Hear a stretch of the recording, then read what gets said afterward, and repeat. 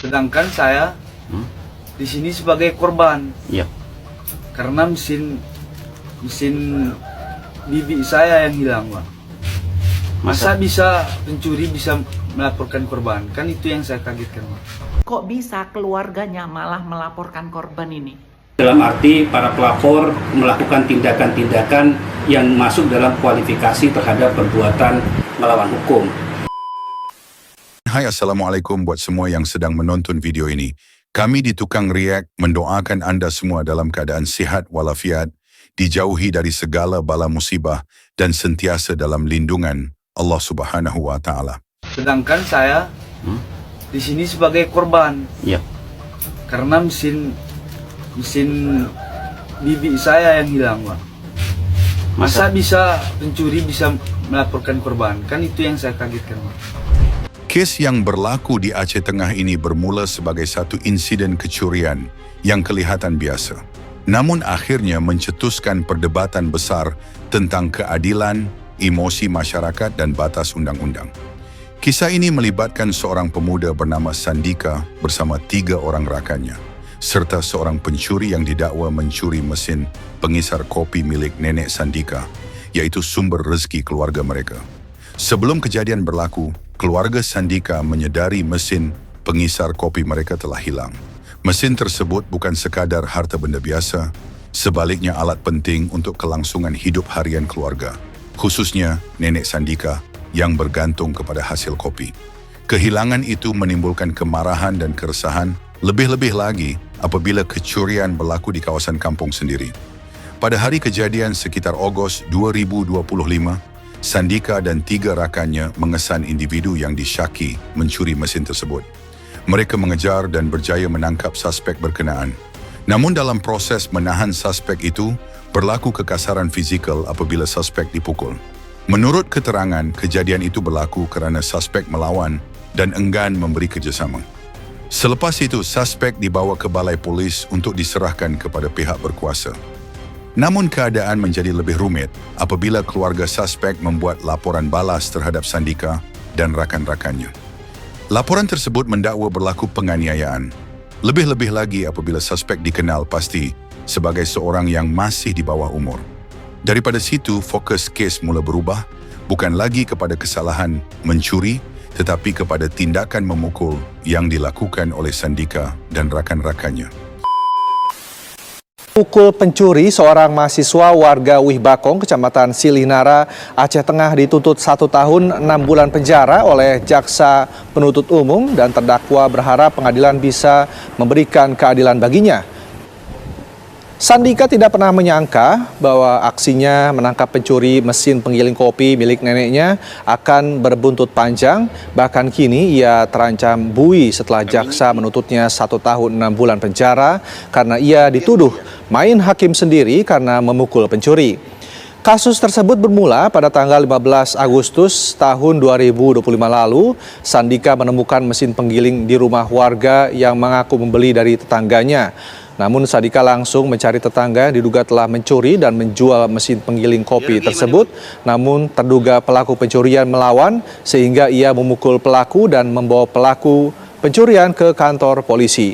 Dan atas kejadian ini, kini Sandika berharap hukum bisa berlaku adil kepadanya.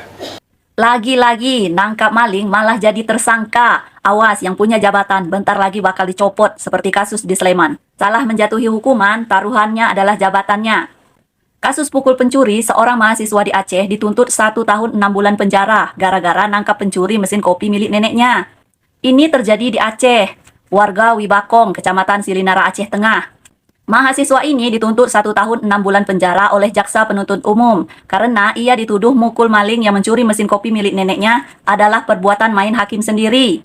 Jadi ceritanya si mahasiswa ini, Sandika namanya, pada tanggal 15 Agustus 2025 tahun lalu, Sandika ini menemukan mesin penggiling kopi di rumah warga. Mengaku membeli mesin giling kopi ini dari tetangganya.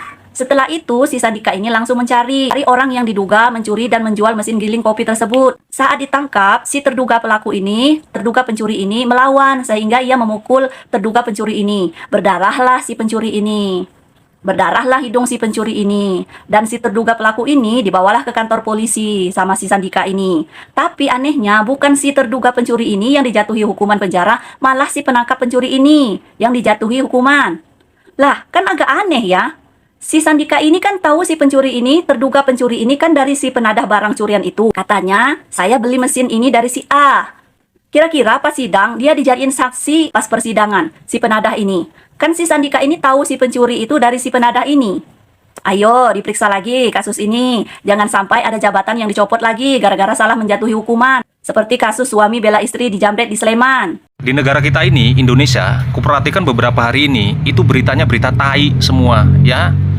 Berita yang menunjukkan tentang kebobrokan aparat penegak hukum kita. Nggak pernah gitu belajar dari pengalaman. Ini kemarin aja belum selesai, masalah kasus penjambretan yang korbannya itu ditersangkakan. Ini ada lagi nih muncul. Ini beritanya baru aja terjadi viral. Kejadiannya di wilayah Aceh, ya. Jadi kita itu sebagai masyarakat Indonesia itu bingung gitu kan. Kita diam salah, melawan salah, menolong orang pun salah, ya. Jadi kalau ada maling udah biarkan aja, mau dirampok, mau dibunuh orang biar aja, ya. Jadi aku nggak ngerti lah ya, sebenarnya cara berpikir kalian sebagai aparatur negara ya, aparat penegak hukum itu seperti apa. Ini kalian kalau memang nggak suka dengan pernyataanku terserah lah ya. Tetapi ini merupakan bentuk unek-unek kami sebagai masyarakat tentang ketidakpuasan kami dengan kinerja kalian. Memang menunjukkan bahwasannya masyarakat kecil itu selalu tertindas. Apa karena memang kami nggak punya uang atau cemana gitu kan? Sementara jelas-jelas mereka itu bersalah malah kalian lindungi gitu. Aku nggak ngerti ini bakalan sampai kapan ya, tapi bakalan Indonesia itu bakalan menuju kehancuran kalau menurut aku. Karena aparatnya sendiri itu kinerjanya seperti ini. Jadi jangan pernah salahkan kami sebagai masyarakat Indonesia itu nggak pernah percaya dengan kinerja kalian. Karena memang beberapa oknum dari kalian itu selalu melakukan kesalahan ya yang di luar nalar, yang bikin masyarakat Indonesia itu geram, ya. Jadi kalau memang kalian itu ingin membangkitkan lagi kepercayaan publik ya, kalian itu kalau bisa kerja yang benar-benar lah ya. Jangan asal kerja yang penting selesai gitu, tetapi hasilnya itu tidak diterima sama publik. Mahasiswa di Aceh Tengah jadi tersangka usai tangkap pencuri dituntut 1,5 tahun.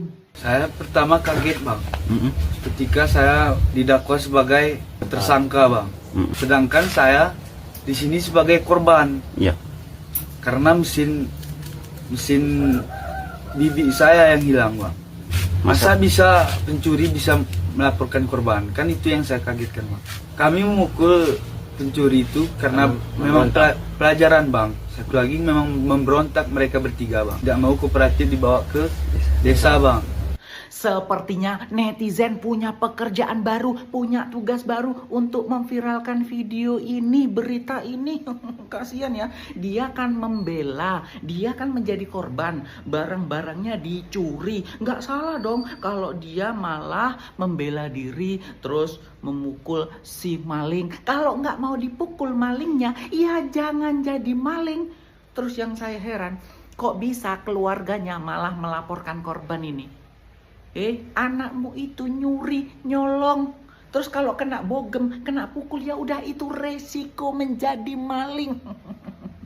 Lama-lama kalau kayak gini tuh maling dilindungi tuh, enak tuh, ya. Maling ketangkep, dipukul atau jadi korban kecelakaan, metong. Ya, yang korban itu, yang dicuri itu malah yang jadi tersangka. Waduh. Ini untuk DPR RI tolong diselesaikan lagi seperti kasus yang kemarin itu.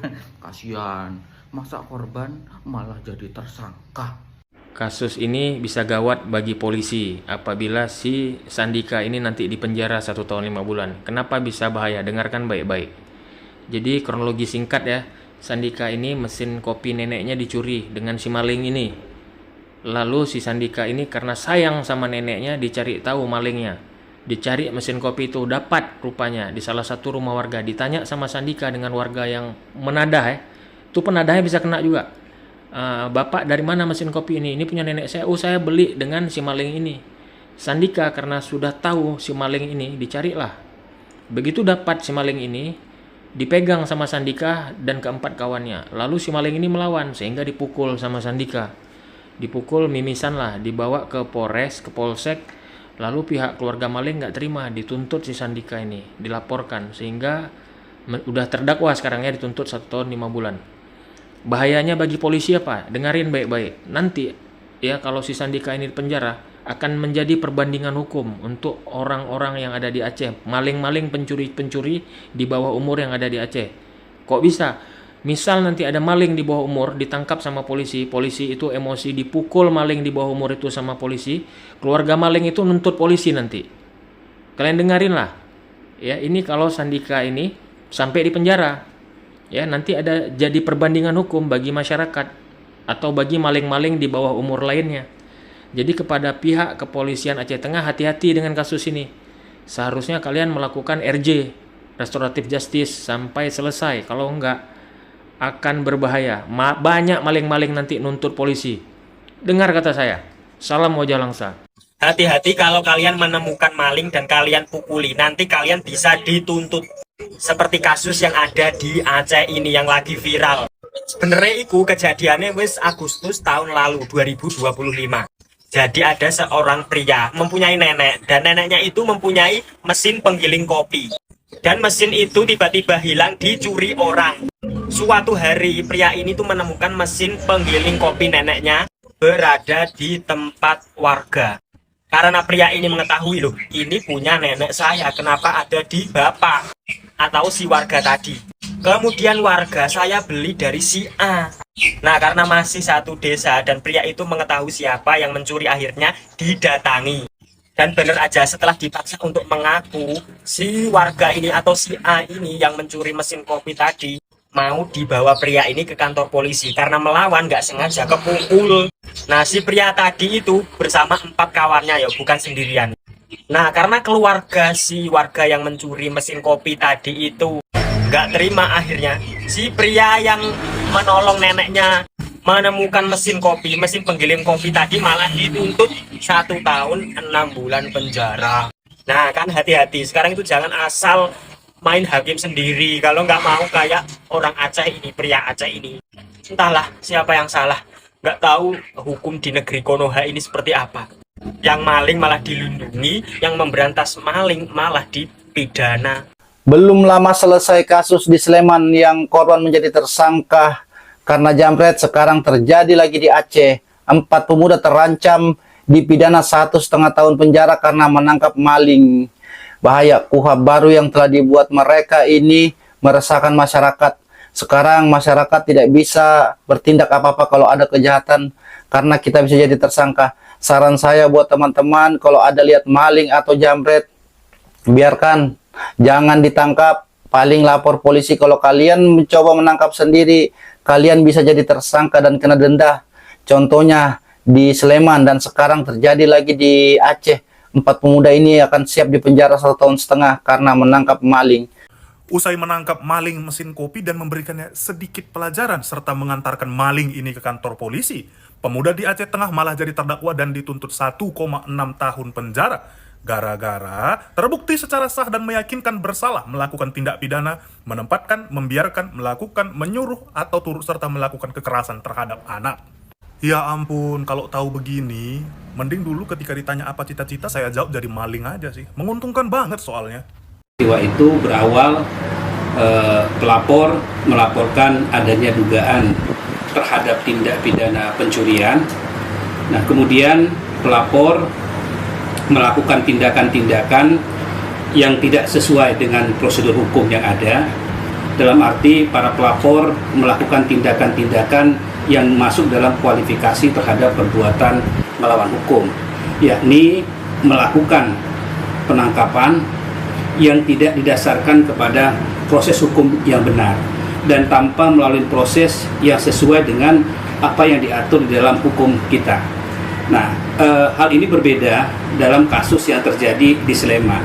Nah, kalau kita amatin berkaitan dengan kasus yang di Sleman itu, adanya yang dikatakan sebagai bentuk perbuatan terpaksa dalam konteks untuk melakukan pembelaan diri. Nah, dalam kasus viralnya yang dilaporkan dan diviralkan oleh saudara Persada dan Leo Sembiring, bahwa tindakan-tindakan yang dilakukan untuk melakukan penangkapan, kemudian juga dilakukan adanya tindakan-tindakan yang bersifat anarkis, yakni melakukan penganiayaan terhadap terlapor dalam tindak pidana pencurian, kemudian pelapor dalam hal ini adalah Persada dengan beberapa teman-temannya melakukan tindakan-tindakan yang tidak sesuai dengan prosedur hukum, yakni melakukan tindak pidana penganiayaan secara bersama-sama. Nah, dalam konteks hukum pidana, apa yang dinamakan dengan notware, pembelaan, atau melakukan bantuan terhadap proses hukum yang dilakukan oleh kepolisian itu harus didasarkan kepada prosedur-prosedur yang sesuai dengan hukum. Dalam arti tidak boleh melakukan tindakan-tindakan yang itu tindakan yang dapat dikualifikasi sebagai tindak pidana. Nah, terhadap fakta-fakta yang mungkin muncul di dalam media dan lain sebagainya, tindakan yang dilakukan oleh Persada dan Leo Sembiring bersama teman-temannya yang dimaknain melakukan bantuan terhadap kepolisian dalam mencari dan melakukan tindakan ya terhadap pelaku tindak pidana pencurian, kemudian dilakukan terhadap tindakan-tindakan yang tidak sesuai dengan prosedur hukum.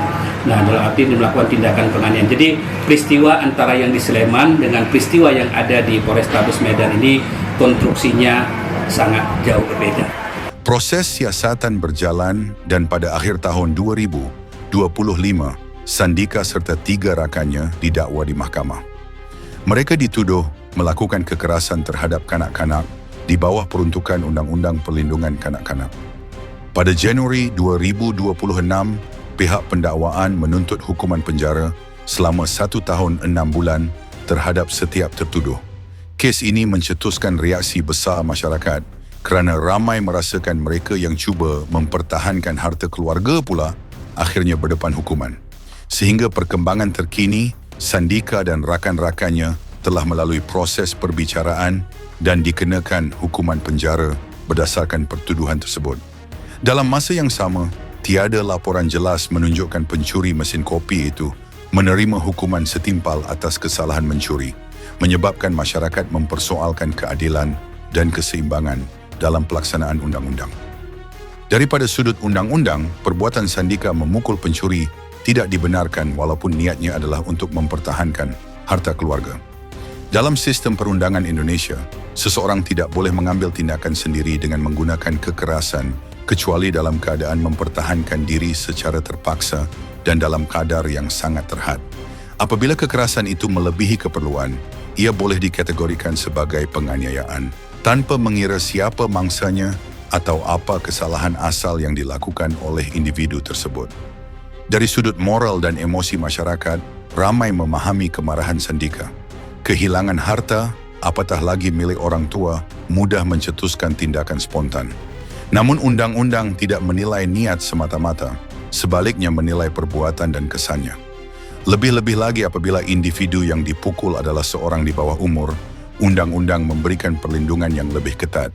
Sekiranya seseorang berdepan situasi seperti ini, tindakan yang sepatutnya dilakukan adalah mengutamakan keselamatan diri, menghubungi pihak polis secepat mungkin, dan mengelakkan sebarang kekerasan fizikal.